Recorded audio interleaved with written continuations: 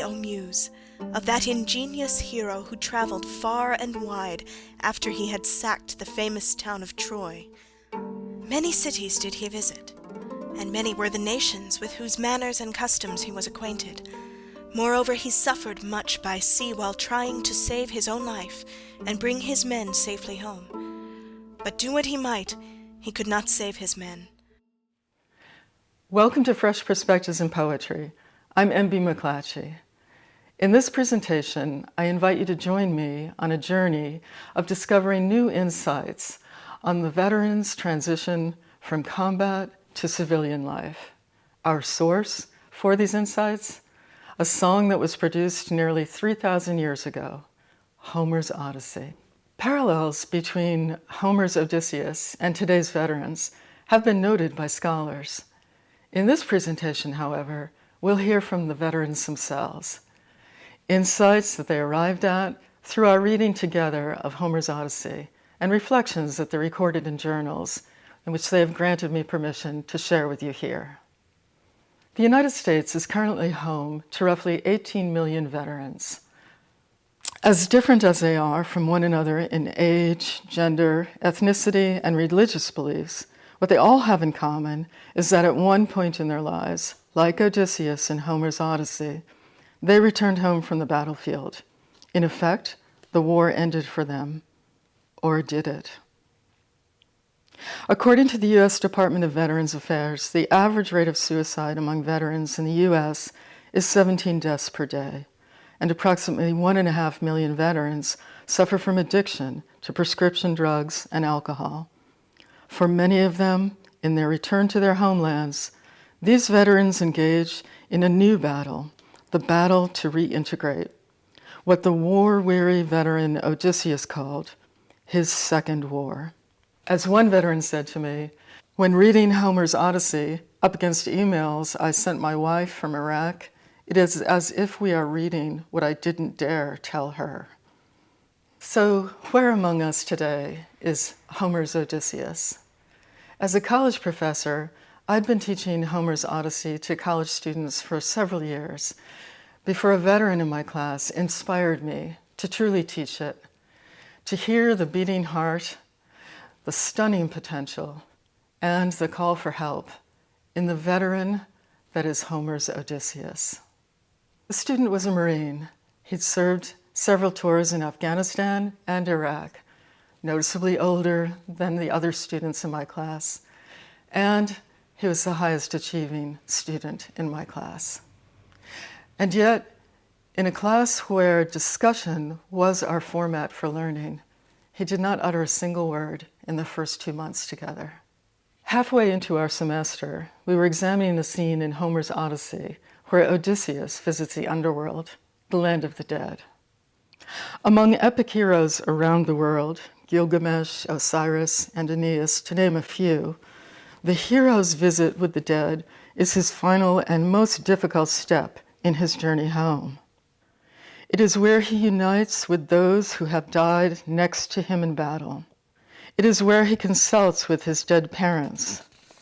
And it is where he takes stock of his previous mistakes and measures his mettle to go on. The ancient Greeks called this descent into the underworld a katabasis, a going down, which, if the hero is to emerge victorious, must be followed by a going up. Symbolically speaking, if resurrection does not follow this descent, then mere death will occur. As renowned mythologist Joseph Campbell notes, the underworld is the place where the hero candidate must either embrace spiritual healing or surrender to a future marked by loss and confusion. It is where the hero chooses to say yes to living or yes to taking himself out of this life. This caught this Marine's attention. "I've been to the underworld," I heard him say. Does he make it? Does Odysseus make it out and get home?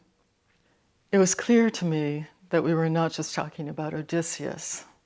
For most of us, Homer's Odyssey celebrates a warrior whose champion wit saves him in a series of epic scrapes with sea gods, one-eyed monsters, and seductresses in a 10-year contest at sea. Yet for veterans like this Marine, Homer's Odyssey tells a different story. Odysseus is our first hero in Western literature whose glory will not be earned in combat against enemies in foreign lands. Rather, his glory will be earned in the battle at home, in what Odysseus called his second test, his second war. The veteran's struggle to transition from combat to civilian life, from military commander to citizen, and in his attempt to resume his role as a husband, a father, and a son. As you'll see in the veteran reflections I'm about to share with you, they overwhelmingly point to an optimism and a wisdom that they share with Homer's Odysseus, that reintegration will happen, but it will happen in stages. In fact, it will happen in 5 distinct stages. Let's begin with what Homer's Odysseus experiences as stage 1 in the transition from combat to civilian life: disorientation. In Homer's epic, Odysseus returns to the coast of his homeland after a 20-year absence, 10 years in combat in Troy, and 10 years at sea, where he was repeatedly set off course by the gods. For 20 years, his family, his home, the roads of his town have been nothing more than a memory. When he arrives on land, he becomes overwhelmed, disoriented, and in need of the goddess Athena's help. As Homer tells us, he had been so long away that he did not know Ithaca again. Everything seemed quite different to him. The long straight tracks, the harbors, the precipice, and the goodly trees appeared all changed as he started up and looked upon his native land. So he smote his thighs with the flat of his hands, and he cried aloud, despairingly, to the gods. Odyssey, Book 13. Listen to the almost clinical knowledge with which this Navy veteran captures Odysseus's angst and disorientation. Odysseus had to be guided by the gods to find his way home. It is not unheard of for returning sailors, soldiers, and marines to not have a very strong recollection of home. When we are away for so long, we become entranced by the mission. Upon our return, we feel lost in our own hometown. The gods' guidance for Odysseus in reaching home looks to me like muscle memory. I've called on those gods. For this veteran, as for Homer's Odysseus, a god's help is like muscle memory. Spiritual help is the same as physical help. And significantly, in the road to transition from combat to civilian life, for both the ancient Odysseus and his contemporary veteran, their gods hear their calls. Stage 2 in this second war: relearning trust. When Odysseus arrives in his hometown of Ithaca, he's still the combat warrior that he has been for 20 years. Hence, when the goddess Athena asks him his name, Odysseus lies. Cunning, deceit, and reconnaissance are the tools of combat. Impatient with his warrior ways, Athena sharply reprimands Odysseus. Daredevil that you are, full of guile, unwearying in deceit, can you not drop your tricks and your instinctive falsehood, even now that you are in your own country again? Odyssey, Book 13. But notice how this mistrust and deceit that summons disapproval from Athena summons high praise and even empathy from this Marine. I served in Afghanistan in the Marines for 5 years as an infantryman. I know, like Odysseus knows, what it is like to go to combat with another human being who is bent on destroying you and your comrades. You learn not to trust people if you want to stay alive. After a while, everything looks like a Trojan horse. What Odysseus understands, and what this Marine understands, is that trust is a precious commodity in combat, and it will no doubt remain so in this new chapter of his life called reintegration. The chapter in his life that Odysseus himself repeatedly refers to as, quote, the second test of his strategic skills, unquote. But this time, they will be tested at home. Stage 3, longing for the brotherhood. Less than a few hours into his arrival in his homeland, Odysseus hears from his son that his home has been under siege from townsmen who are stealing his food and cattle and harassing Odysseus' wife. Odysseus is bewildered. From Odysseus' perspective, his city, his country have let him down, and his son is half the man he had hoped he would become. As Odysseus implores to his son, "May you not complain to your brothers, your fellow countrymen, for it is to these that a man may look for support." Odysseus' struggle to understand his son's passiveness and solitariness points to a disconnect that is beautifully explained in this army veteran's reflection. Odysseus isn't struggling with his return to Ithaca. He is struggling with his longing for the war. For me, one of the biggest things I had to learn from being in Afghanistan is a brotherhood.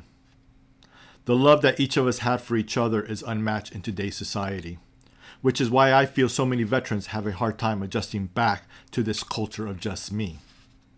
Even writing this now has me wanting to return to that. That's what Odysseus wants. He wants his troops. He wants his tribe. Stage 4. In the veteran transition from combat to civilian life, the re-entry in disguise. When Odysseus arrives home in Ithaca, after 10 years in combat and 10 years at sea, he arrives in disguise, ostensibly to carry out in secret the kind of reconnaissance that Odysseus is known for. To his surprise, even when he reveals his identity to his family, they still do not recognize him. His son does not recognize him. His father does not recognize him, and his own wife does not recognize him.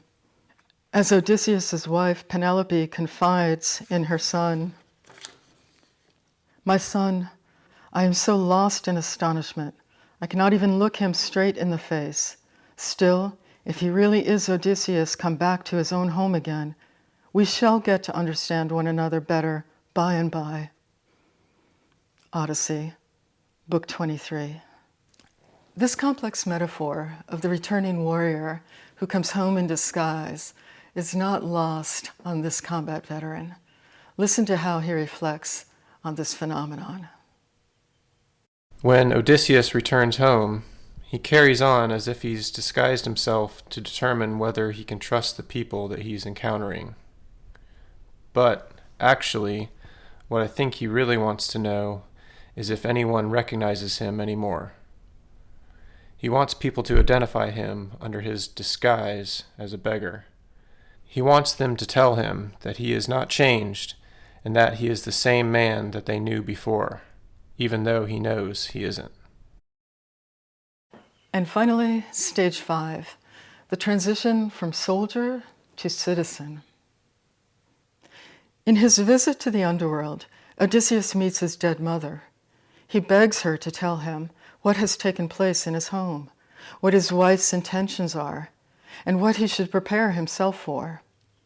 As one veteran phrased it in discussion, quote, "Odysseus is wondering if he still has a wife and is anyone cutting the grass." "Mother, tell me, in what way did you die? Tell me also about my father and my son whom I left behind me. Is my property still in their hands, or has someone else got hold of it who thinks that I shall not return to claim it? Tell me what my wife intends to do and in what mind she is. Does she live with my son and guard my estate? Or has she made the best match she could and married again?" Odyssey, Book 11. What Odysseus wants is the post-deployment briefing that the veteran truly wants. Listen to this veteran reflection. Soldiers are trained to kill. Men are trained to contribute to society. Odysseus knows that he's good in combat. However, he is unsure if he'll be a good father or if he will still have a wife. Odysseus has never met his son. Although he wants to be home, the thought of possibly being a bad father might be holding him back, unbeknownst to him. So what have these veterans shown us in their reflections on Homer's Odyssey? They've shown us that a warrior song produced 3,000 years ago is today's warrior song. That re-entry from combat to civilian life, from Afghanistan to Michigan, looks a lot like re-entry from ancient Troy to Ithaca. And that if Odysseus' second war is today's veterans' second war, so might Odysseus' successful reintegration be success for today's returning warrior. In the words of F. Scott Fitzgerald, that is part of the beauty of all literature. You discover that your longings are universal longings, that you're not lonely and isolated from anyone. You belong. Or, as one veteran put it after completing his reading of Homer's Odyssey, It's all here, isn't it, Professor? Re-entry, infidelity, sleepless nights at home, the veteran's brat kid needing both his parents. No worries, we got this.